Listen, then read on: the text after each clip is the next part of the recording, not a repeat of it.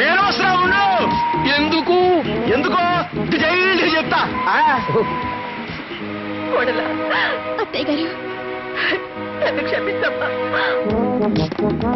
బాబాయ్ మీతో పాటు ఈ కుక్క బిస్కెట్ల గిన్నె కూడా తీసుకెళ్ళానుకో జైలుకి. ఎంచక్క ముగ్గురు కలిసి చెప్పుకూడు తింటూ బతకచ్చు. చెప్పు కూడా అది మాకు అలవాటేగా. రండి సార్ రండి సార్, మీకోసం వెయిట్ చేస్తారు పాపం. రండి. ముగ్గురేనండి.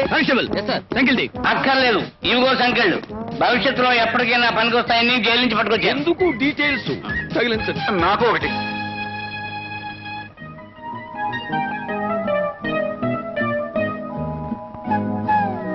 అమ్మా కోడలా, కుడికాలు ముందు పెట్టి లోపలికి పదమ్మా. ఇవాళ నుంచి నేను నోరెత్తను. ఈ ఇంటి బరువు బాధ్యతలన్నీ నువ్వే చూసుకోవాలి. బామ్మర్ది ఇంకా సందేహిస్తావేమిటి?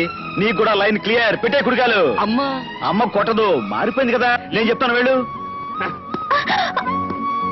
అదేమిటి అల్లుడు గారు అక్కడే నిలబడిపోయారే? మీరు కూడా లోపలికి రండి. ఏమడో అత్తగారు, ఏదో మా చెల్లెలికి అప్పుడు చక్కదిద్దడం కోసం ఈ ఇంట్లో ప్రవేశించాను గాని ఇక్కడ పర్మనెంట్ గా తిష్ట వేయడానికి కాదు. ఏదో నాకున్నంతలో మీ అమ్మాయిని భద్రంగా చూసుకుంటాను. సరేనా? అల్లుడు గారు మీ వల్లే మా కుటుంబం చక్కపడింది. అమ్మాయికి తగిన మొగుడనిపించుకున్నారు.